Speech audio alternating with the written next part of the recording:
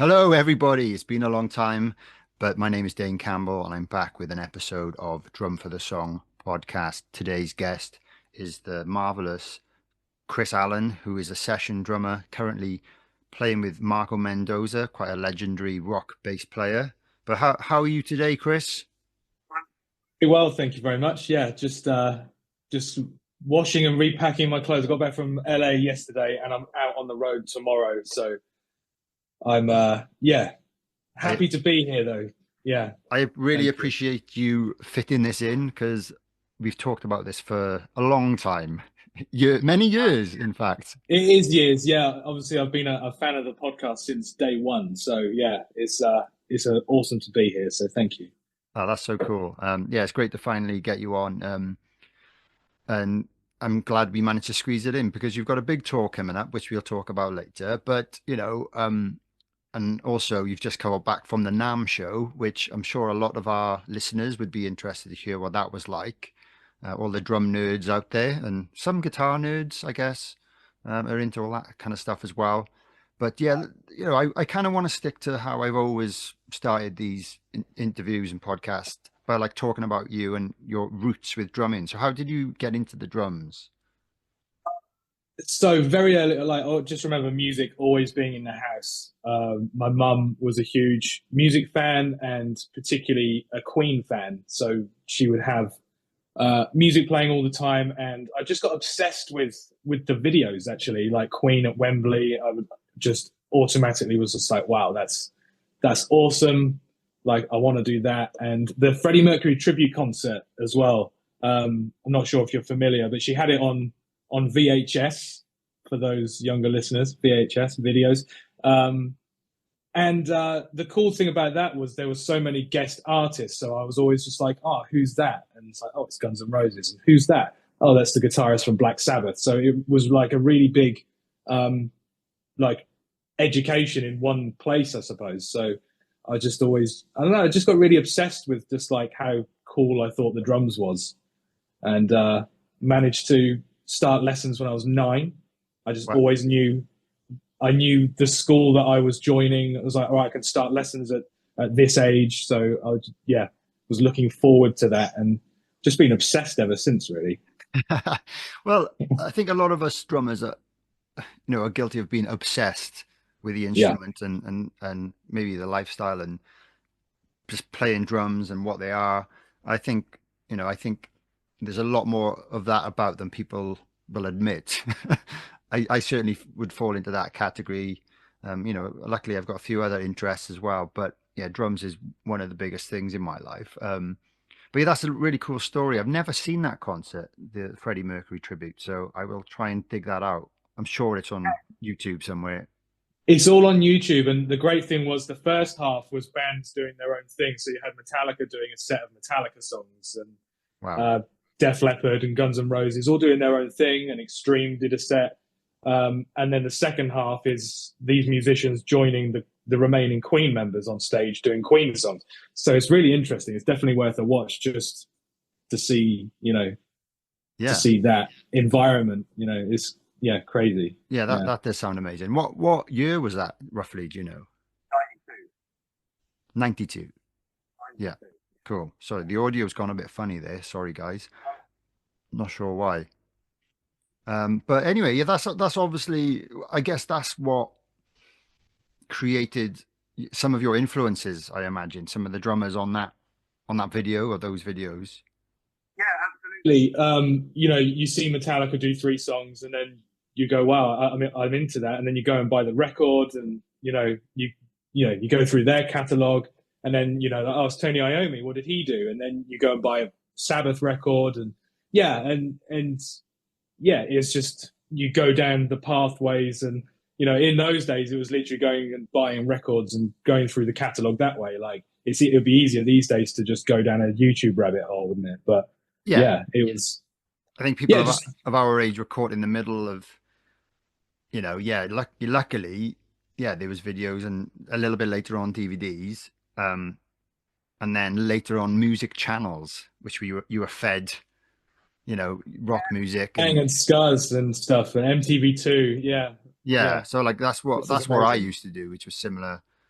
you know, to what you're talking about videos, and I remember VHSs and watching like G3 VHSs, Satriani and all that. We were brought up on all that. Yeah, Metallica, S&M. I used to watch that over and over and over again. Yeah, yeah, I loved that one. S&M particularly was really great. I think Lars was in a really great place at that point as well. Like, you know, the kit was great. He sounded great. I remember that was like a really high quality VHS as well, wasn't it? Like the end of the 90s. Yeah. Um, so yeah, I remember buying that one when it came out. Yeah. Yeah, it's Yeah. so cool that we've all been brought up on the same stuff. I'm sure lots of the Mm. listeners have as well, you know, who are at our age and maybe a bit older, maybe a bit younger, maybe not so much. But you young people are very lucky. You've got everything at the tip of your fingers on your phones. You can literally find anything you want, whether that's legally or illegally. You could probably find it. We weren't blessed with that. We had to pay for it or ask for it for Christmas. That's how it worked with us. But yeah, Yeah. I think those memories, they you used to watch them over and over again, whereas now I think content, I don't know, I don't think it's, you know, I don't think it dominates people's, because there's so much stuff to do now. There's so many options. Like I'll watch like a film once, I'll probably never watch it again, even though I really enjoyed it. Whereas back in the day, you'd watch something over and over and over again. And it's the same with music. You listen to albums over and over and over again. I try a little bit nowadays, but my life is so filled with other things that there's less time to listen to albums over and over and over again. Yeah. So I Yeah. think, I still find, yeah, I'm the same though. Like I go through stages of getting obsessed with an album and I'll listen to it 10 times. And I'm still the same now, but yeah, watch the same videos. And so even on YouTube, it's just like, it's easier to watch it on YouTube, but it's the same things, you know. I've got no problem with that because it's, you know, it's still inspiring and you still pick out bits that maybe you didn't notice before. And yeah, that's yeah, cool. I That is still do cool. that. Yeah. Okay. Yeah. So, you know, let's talk about drum influences. I can kind Yeah. of guess what a lot of them might be. That's from watching you play and kind of hearing you talk about them in the past and knowing what your favorite bands are and things like that. So, like, let's talk a little bit about those then, please. Yeah. So firstly, it was obviously growing up on the Queen stuff. It was Roger Taylor. Sorry, I'm just getting notifications. I need to stop that. Hope that's not coming out on the video. Yeah, Roger Taylor was a big one for me. I just thought he was like, you know, when you're like 8 or 9 years old, you know, he looked really cool. He was just like, you know, sunglasses, blonde hair, massive kit. And even back then, I think I could realize that he sounded really, really good and a little bit different from other stuff I was listening to. So he was the first influence. And the second one was Cozy Powell. Of course. So I discovered Cozy through the Brian May band. So it's out of that Queen thing into the Brian May band, and Cozy was there. It was really the first drummer I'd noticed using two bass drums as well. So I was kind of just like, what's going on there? I thought it was really interesting. And the drum solo, of course, which you can find on YouTube from, I think it was in '93. I was just absolutely, again, obsessed with it. Like, but also not just how amazing he was at playing, but how musical he made it as well. So they were the two main influences, and then you obviously go to the obvious like Bonham, and it was really the classic rock guys, the guys with the big drums and the big drum sound, which is, you know, I like to think is where I'm kind of heading. There was obviously the fashion probably when we were both a bit younger, in the end of the '90s, early 2000s, all the drums were really small. Drummers were using small drums, really cranked up snare drums, and I never really got it. It wasn't really my thing. So I kind of always stayed with like the bigger drums and that, you know, big Yeah. open sound. Yeah. I Yeah. remember it was about like shorter toms. Yeah. Cranked up snares, long, deep bass drums, but not necessarily big fat ones. Yeah, I know what you Yeah. mean. But no, I dabbled in that, but I never really got on with it. But yeah, I think drum sound wise, I definitely prefer the larger circumferences, diameters. Sorry. Yeah, so like 24 kick. I think that's what you use as well, or two of them. 24s, yeah. Two of them now, yeah, two of them, yeah. I think the best size rack toms are 13, you know. Yeah, So, but yeah, 13 big floor toms, 16, 18 floor toms, and yeah, just keep it really big. You know, listen, the way to get a big drum sound is big drums. yeah, That's it, isn't it? You know, yeah. Naturally, without kind of faking it, which a lot exactly. of that can be done in the studio, and you can make a smaller drum kit Yeah, sound bigger with samples and stuff. But it's not really the same kit then. Um, no, exactly. Yeah, even live, I think everyone's like, oh, when you put a 20-inch kick drum into a PA, it will sound huge, but it's not the same. It doesn't. I've It's tried really not. that. It's not the No. same. No, I agree. Yeah, but yeah, there's a lot of variables, and there's no right or wrong, which I think is always the best thing about playing drums. And if you obviously get influenced by a particular sound or what you want to achieve, and there's ways of doing that. Some ways are easier than others. Some ways are a lot more fun than others, and yeah, it's really cool. Obviously, talking about Cozy Powell, I know you recently attended and performed at the Cozy Powell Birthday Bash. So how was that? Absolutely incredible. It's an honor to be asked to do it because there's only so many people that can perform. So it was the fourth one, and I've asked, Bob, please, can I be on it? And finally, there was room for me to come and do it, which was amazing. And so many incredible musicians are there playing. So yeah, to be asked to do it was amazing. And obviously, everybody's a huge Cozy fan there. So yeah, it was really, really great. Yeah, Yeah. no, I'm gutted I missed it. Bob always says, "Are you coming this year?" And I, it's just a weird time of year for me and my family. Traditionally, we don't do a lot. We don't go far. So like for me to kind of just say, "Oh, I'm going to be away for 2 days while I do this," because it is 2 days with the travel, It essentially. is, yeah. It's a funny time of year. Obviously, we it's always around his birthday, which is the 29th of December. So Yeah, it's that period between Christmas and New Year.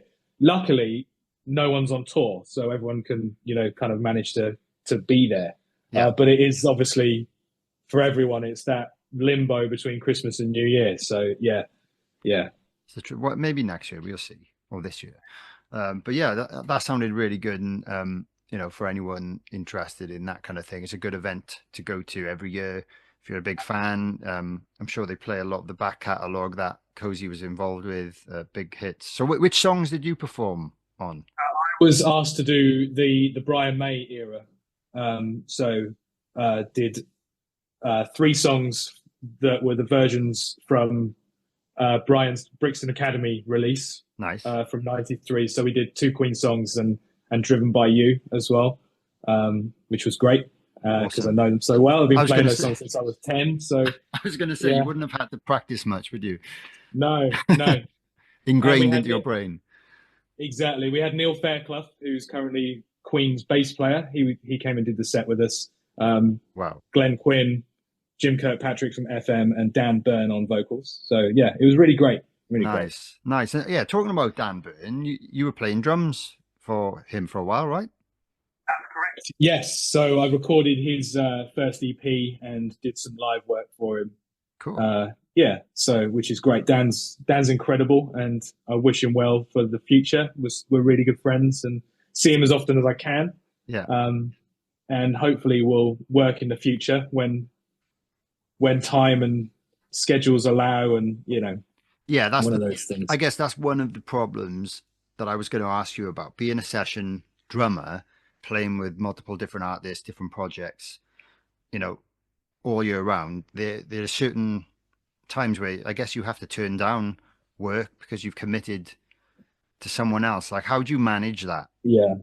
Um, it's I suppose really it's only in recent years where that's become a thing because obviously building up from nothing, you sort of always had time for everything, and you just kind of But yeah, definitely since the end of COVID, where things have been a bit more consistent again, it's definitely been like with Marco specifically, it's you kind of block out months at a time. So yeah, definitely have to have to let things go or not be able to commit to someone, even if it's if someone offers you like 2 or 3 weekends, and then you can't take them. So yeah, it's just kind of once you've blocked that time in the diary, you've just got to honor it, and it can be a bit disappointing and Yeah. sometimes, but So do you mean when but you've go on? Sorry. just going to say, yeah, just really grateful to be able to have the blocks of work. So it's just Exactly. one of Yeah. those things. Yeah. Yeah, and to be invited to share the stages with these very talented people, it's really cool. And yeah, it's something that I've not really had to deal with a lot. When I was a bit younger, I was in like 3 bands at the same time, and yeah, there were the odd clashes that we had to turn down a show with one band because I was already playing with another band, but not it wasn't big touring and big festivals and things like that. So we dealt with it, and some of the bands had the same members in anyway, so it wasn't just my issue. But I've always wondered how that works because I know how gig offers come in late sometimes, and in bands like that, like how does that work? You've got to check everyone's available, or like you said, if you've just blocked it off anyway, they just assume you can make it, but they book you a flight, and that's it. But I guess on the other hand, if you've booked 2 weeks off as a part of like a 3 month stint, perhaps, um, and you turn down work within a 2 week block that doesn't end up giving you work, I guess that's the downside of that situation.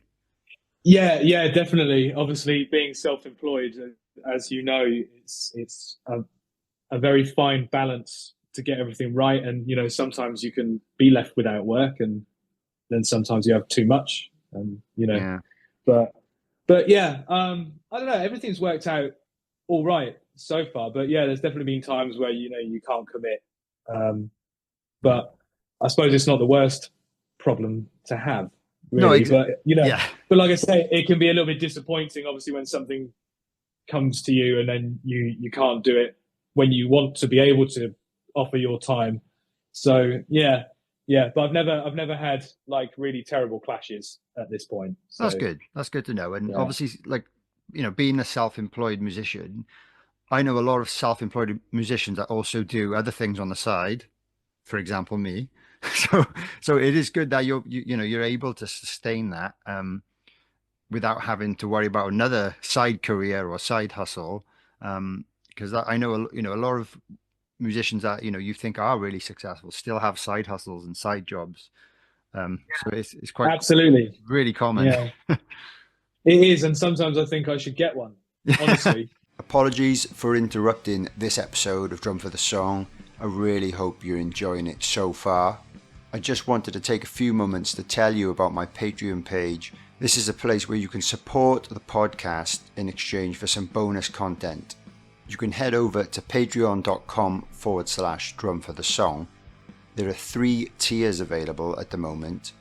One is £3 a month, one is £5 a month, and the other one is £10 a month.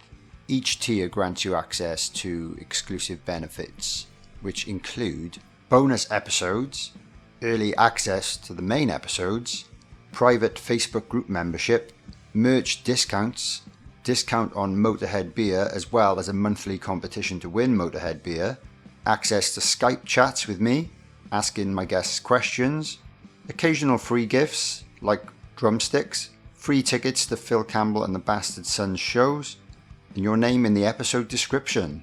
If you regularly enjoy the podcast and think you would enjoy those benefits too, please consider signing up. If you didn't already know, I do everything for this podcast all by myself. So I do all the contacting, all the research, all the interviews, all the audio editing, all the video editing, all the artwork, all the uploading.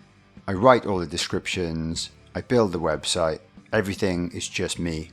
So essentially the money from the subscriptions helps me keep a bit of time free during my weeks so I can continue making the podcast for you guys. So again, that's patreon.com/drum for the song. Check it out and enjoy the rest of the episode.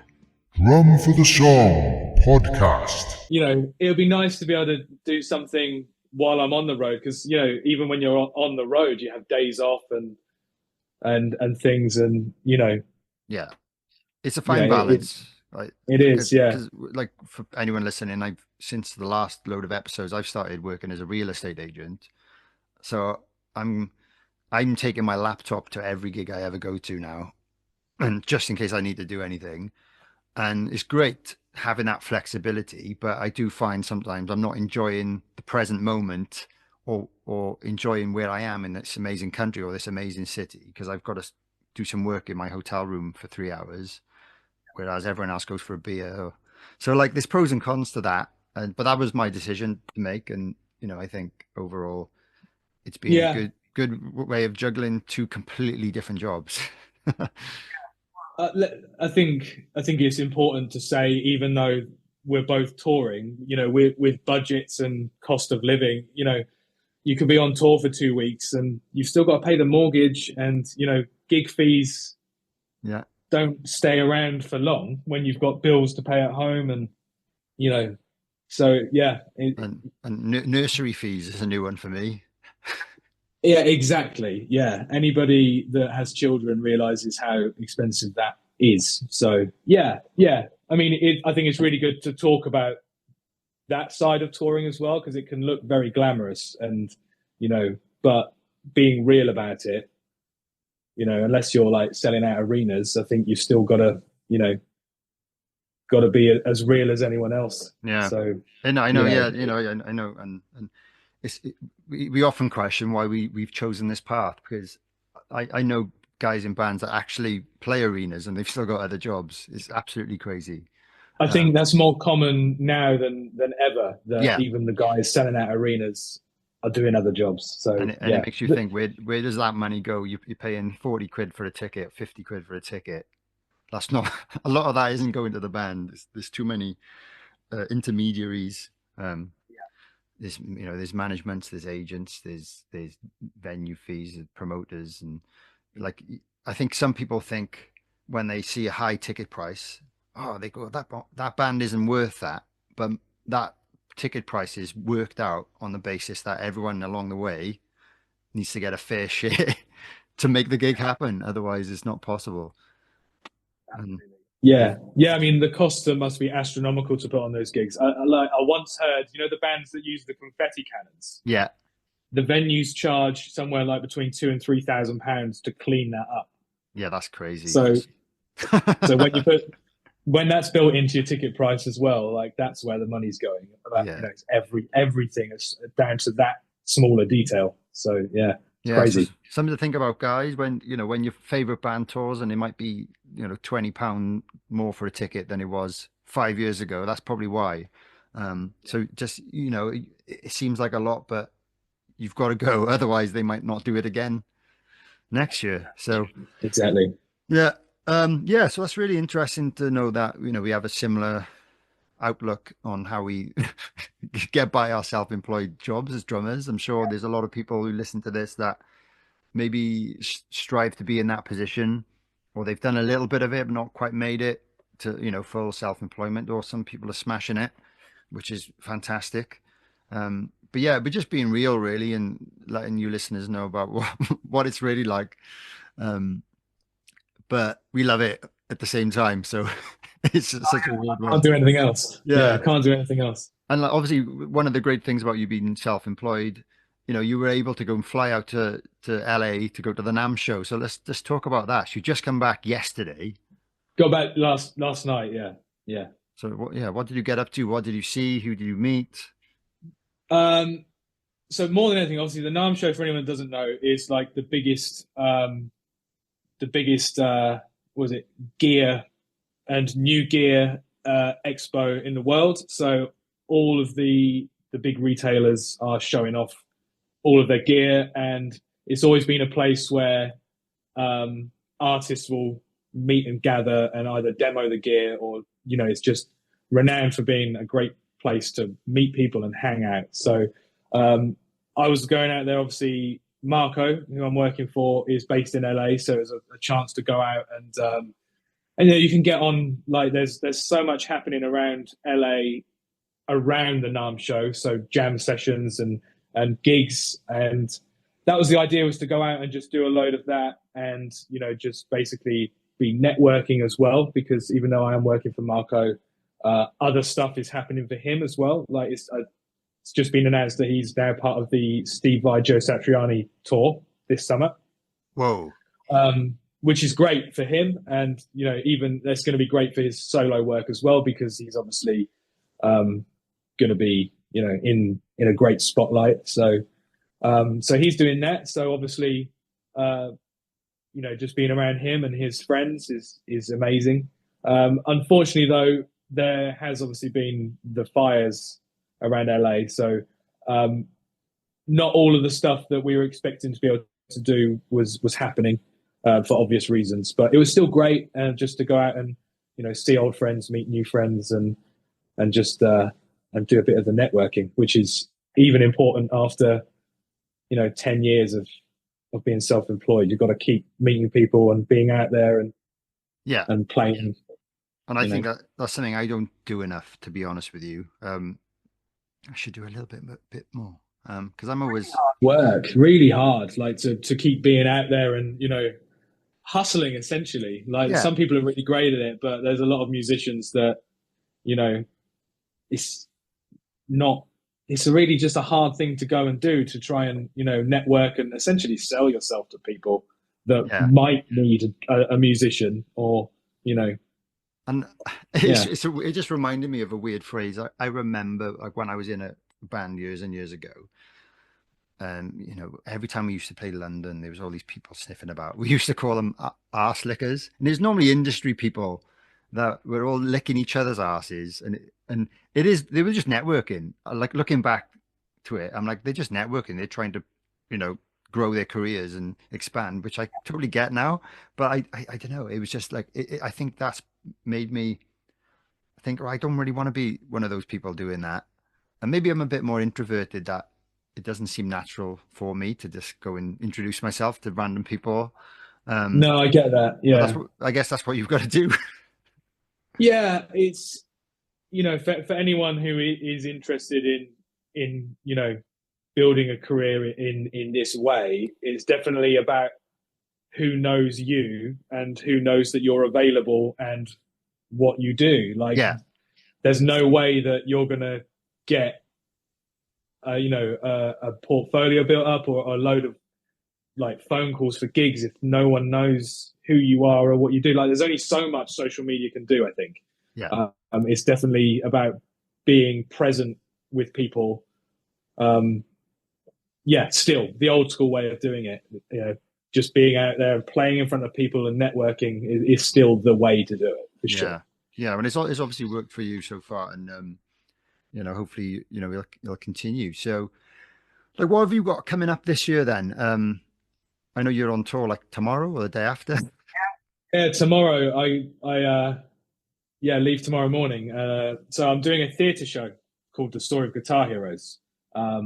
It's not the average theatre show. It is 4 guys on stage going through guitar heroes, and I guess the gimmick is that they use the correct guitar for the guitarist that they're covering.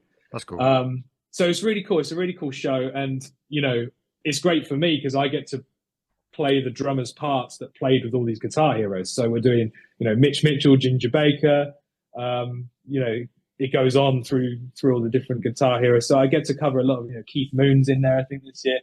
So for me, it's great because really it's going through the drum heroes as well. And again, at this time of year, there's not a lot of this is usually the downtime for musicians. So to be able to do, 48 shows, January, February, March, April is I'm more than grateful for the work at this time of year. So that's great. So it's all around the UK. Nice big theatres, big stages, get the full kit out. That is amazing. So so that's nice. And then I should be meeting back up with Marco and the band, doing some shows in Europe in May. And then he's off with Satriani and Vi for 2 months. And then the end of the year, again from September, should be back with Marco. And then we'll see. Yeah, but I'm open to anything that obviously comes my way. And Yeah, good. just see how it goes. That sounds pretty Really. busy then. That does sound pretty busy. So so when you say Marco's playing with Satriani and Vi, is he actually playing bass for them? What do you mean? So I believe this is the first time that Satriani and Vi have joined together to be in the same band. So it's called the Satch Vi Band. Yeah, I did see something about So that. they've toured together but separately. So Joe Satriani's got his band, Steve Vi's got his band, and they do their own thing. But this is the first time I think they've got a record coming out, both on the same record. So it's a brand new project essentially. Wow. So on drums is Kenny Aronoff. So Marco's on bass, Satch and Vi. So it's a whole new project, whole new thing. So he got invited to be part of that. I think they've got a 7-week European and UK tour in June and July.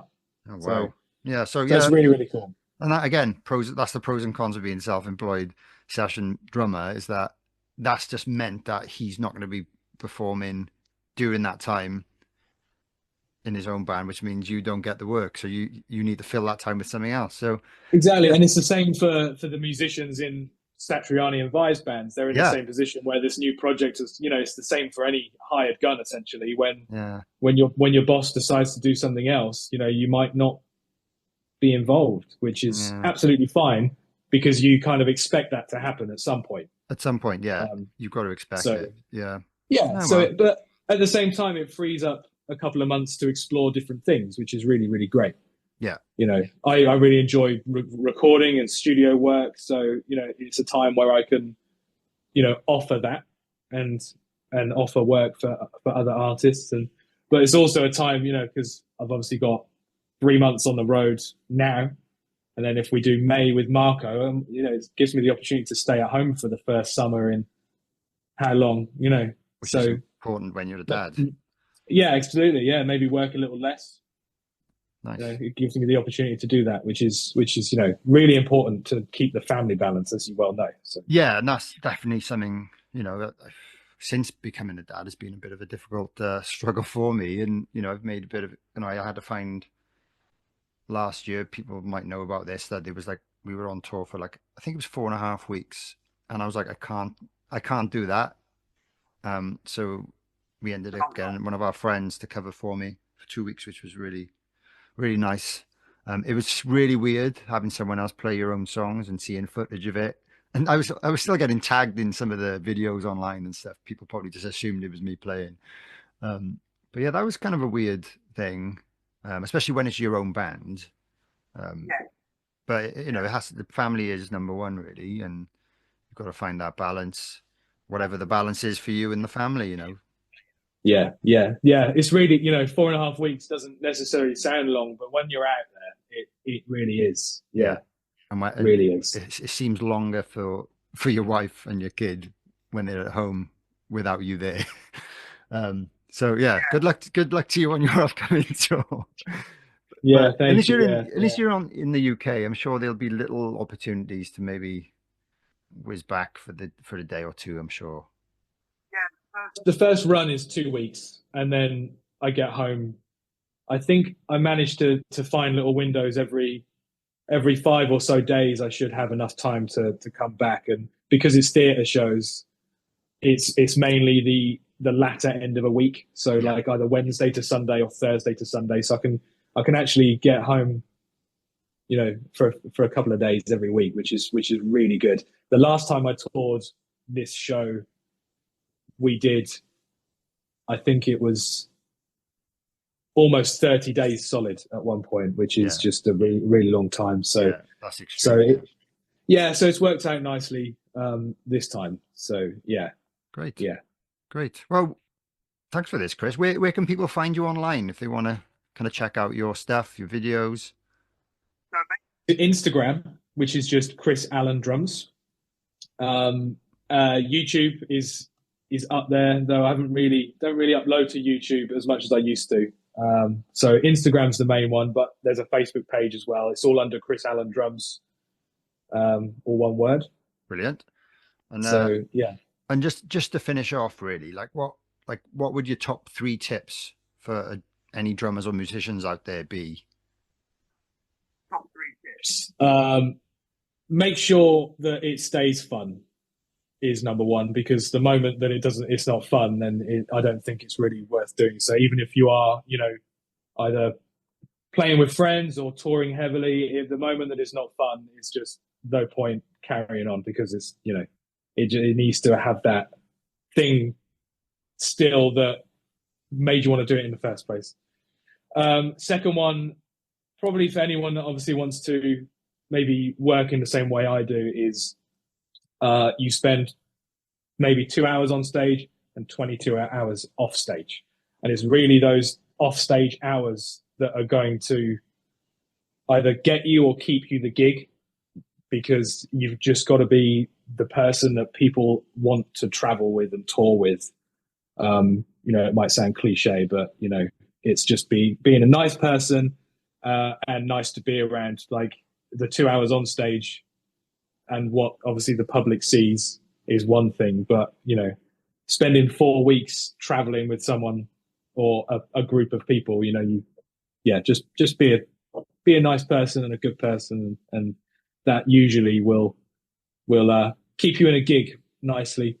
And the third one, I don't know. Third one. It doesn't have to be a third one if you can't think. There were two. If you can cover those two things, you should get along quite nicely. Nice. No, thanks for that, Chris. I really enjoy. No worries. Appreciate that, and I do agree with you. And then just to finish up, just as a matter of tradition, if you could create your own dream band with yourself behind the kit, who would be the other musicians, dead or alive? It's too easy just to say Queen, Brian May, John Deacon, and Freddie Mercury. So no, let's try and be a bit different. Myself behind the kit, Freddie Mercury, without a doubt, best frontman of all time. I think it would be interesting if we also worked with Jimi Hendrix. Oh yeah, Freddie and Jimmy in the same band, and you'd need a bass player.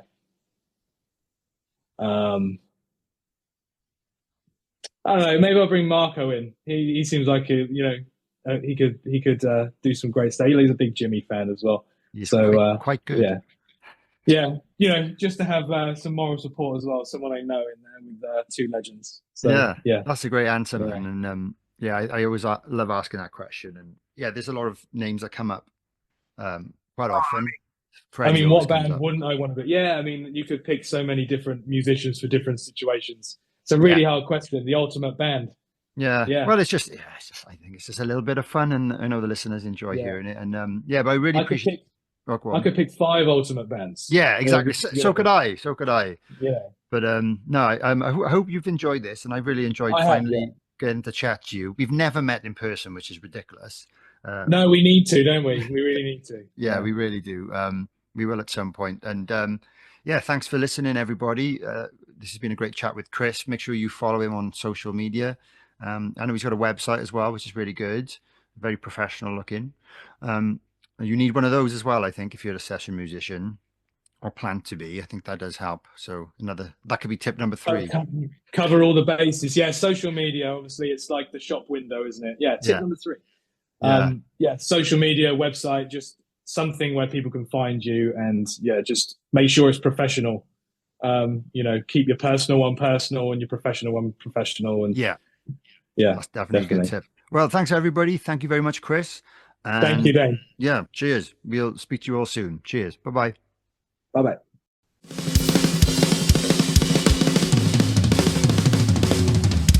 Drum for the Song podcast. Thanks for listening to this episode of Drum for the Song podcast. If you've enjoyed this, please consider liking the video and subscribing if you're watching on YouTube, or subscribe and follow wherever you get your podcasts.